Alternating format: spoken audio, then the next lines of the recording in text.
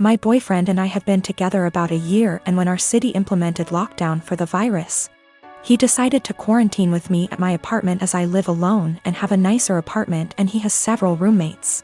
Mostly it has been going well, and thankfully we both still have jobs. Except in the first few weeks I started noticing that the bathroom floor was suddenly always wet around the toilet. The sink is across the room from the toilet, so it's unlikely to be from the sink.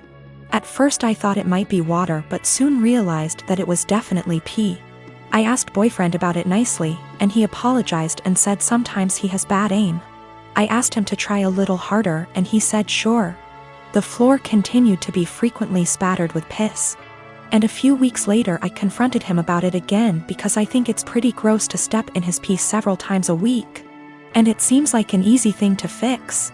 If he misses the toilet, I think the very least he could do is make sure to wipe it up with toilet paper or a Clorox wipe. The cleaning supplies even live in a cabinet directly over the toilet. He said sure, sorry, he would try to remember to do that. Another week has passed, and while maybe he's doing this sometimes, I've continued to step in splatters of his pee and wipe it off the floor and clean the floor several times a week. I thought about asking him to just pee into the bathtub or something instead, because I don't understand how you can pee on the floor by accident so often and not notice and not clean it up. Last night I got up to use the bathroom in the middle of the night and absolutely stepped in piss, for the 12,312,301,298th time. I had it, and I didn't want to pick a fight or ask him again since it seems clear he can't or won't change.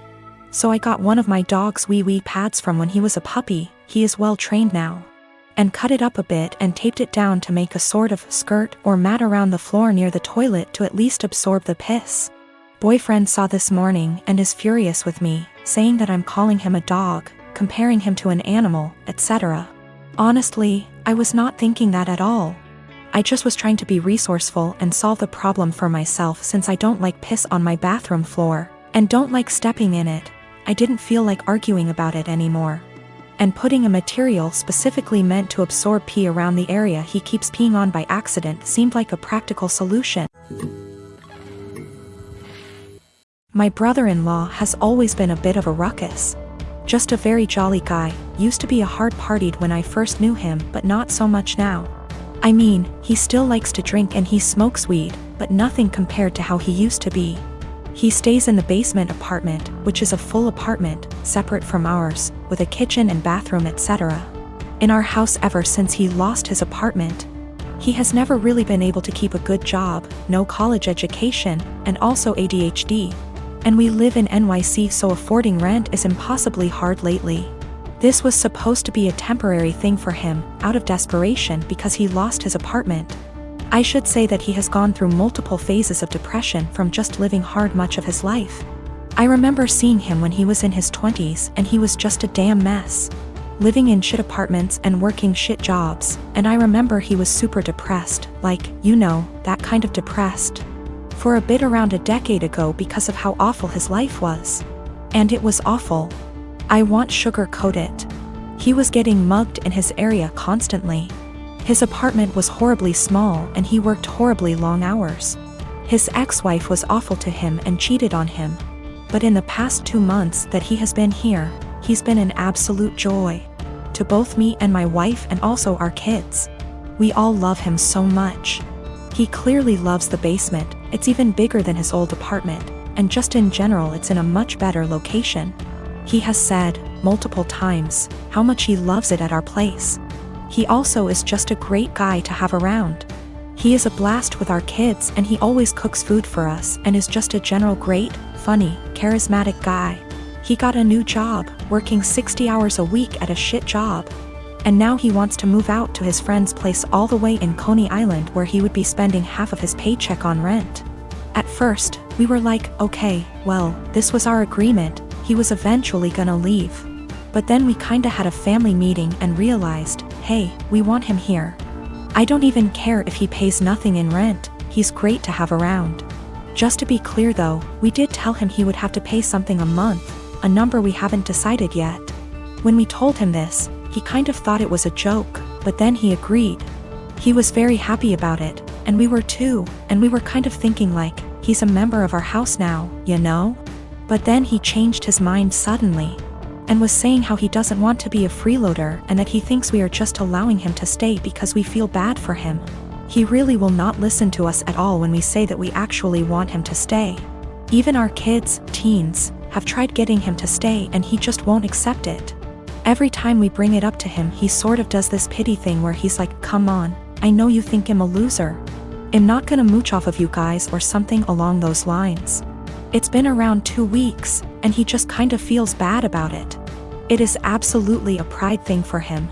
He technically plans on moving out in the next few weeks, but we really want him to stay. And we know that he would love to stay.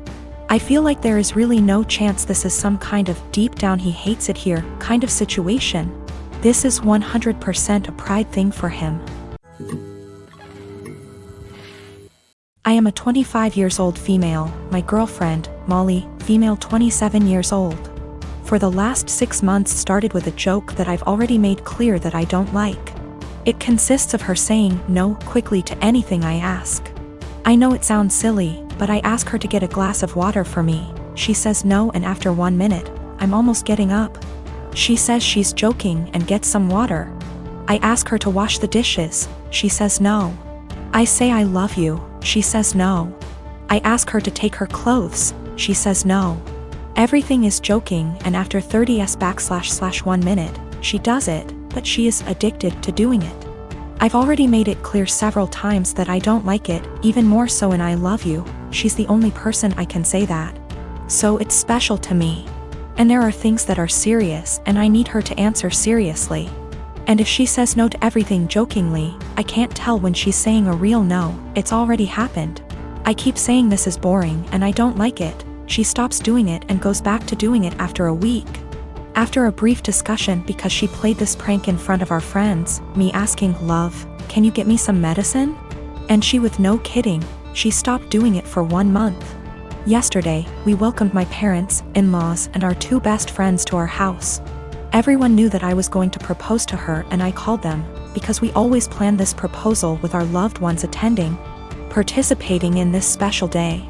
I asked her to marry me and she said a quick no, and I was so grumpy /panic /upset.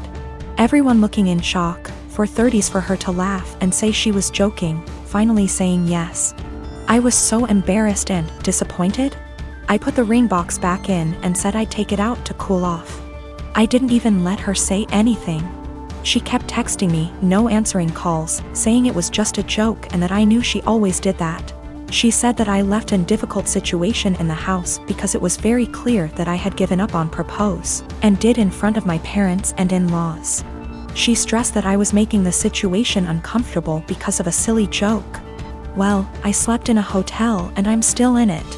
My parents supported me, but my in-laws calling me for giving up on proposing, disproportionately humiliating their daughter. I just really think there's time for jokes, and that moment wasn't clearly. She knew I didn't like it and decided to do it anyway. I live with my parents and my brother. It's always been a dream of my parents to adopt me and bro, our bio kids. And they had come to the decision that they want to adopt an older kid. They got matched with Jess, who is 13. Due to the current situation, she is not living with us, but we've met before and she spent a weekend with us in January. Jess, despite sometimes being sweet and kind, is very high maintenance and has a lot of anxiety and anger problems. She can go from 0 to 1,000 really quick. During her stay, she got triggered by something when we were in public. She and I went to a clothes shop and my parents were in a cafe nearby. Some guy accidentally grabbed her by her shoulder as he thought she was his daughter, and he apologized immediately and started screaming. I was the only person there, and I tried to calm her down, but she ran off. She was found, shaken, but safe, an hour later. I then got grounded as I had failed in being responsible for my sister. I said I didn't have a sister. My parents were angry about this and said that how dare I be rude about her. Don't I know how much she's been through? She's had other outbursts, but none so huge in public. She can be cold and untrusting and was very clingy to my parents. I do admire her and think she's very brave, but I don't want to live with her. My parents call Jess often. I often say hi and try to be civil and supportive. But it seems like the only thing my parents can talk about is Jess, and how brave she is, and she isn't even here yet. We live in a 3-bedroom house, and my parents promised to move to a bigger one later this year. Recently, my parents broke the news to me that Jess will move into my room, and I can pick whether I want to share a room with Bro or Jess. I don't want to share with either. My brother is messy, loud, and is your average 9-year-old boy, and Jess has night terrors and screams the house down. And it's enough having to open my house to her, but I value my privacy a lot and don't want her in my room, which is like my special place. I was crushed. I asked if we were still moving, and my parents were like, "We like this place and have no solid plan." I freaked out and was like, "You guys are forgetting you have another daughter and are too excited about the shiny new one to remember that the one you have has feelings and boundaries, and if you're changing everything I've ever known, at least I deserve to be listened to. If this is how life's going to be, I don't want to have a sister." Good to note, my room is big enough to have a wall put in, and my parents considered it a few years back. I would be happy with that. They refuse, even though we can easily afford it, because it is too much effort. My parents are offended that I'm not being welcoming towards my sister. And I'm offended that the life I knew is going to be turned upside down, and I'm not going to have the thing I value most, my privacy.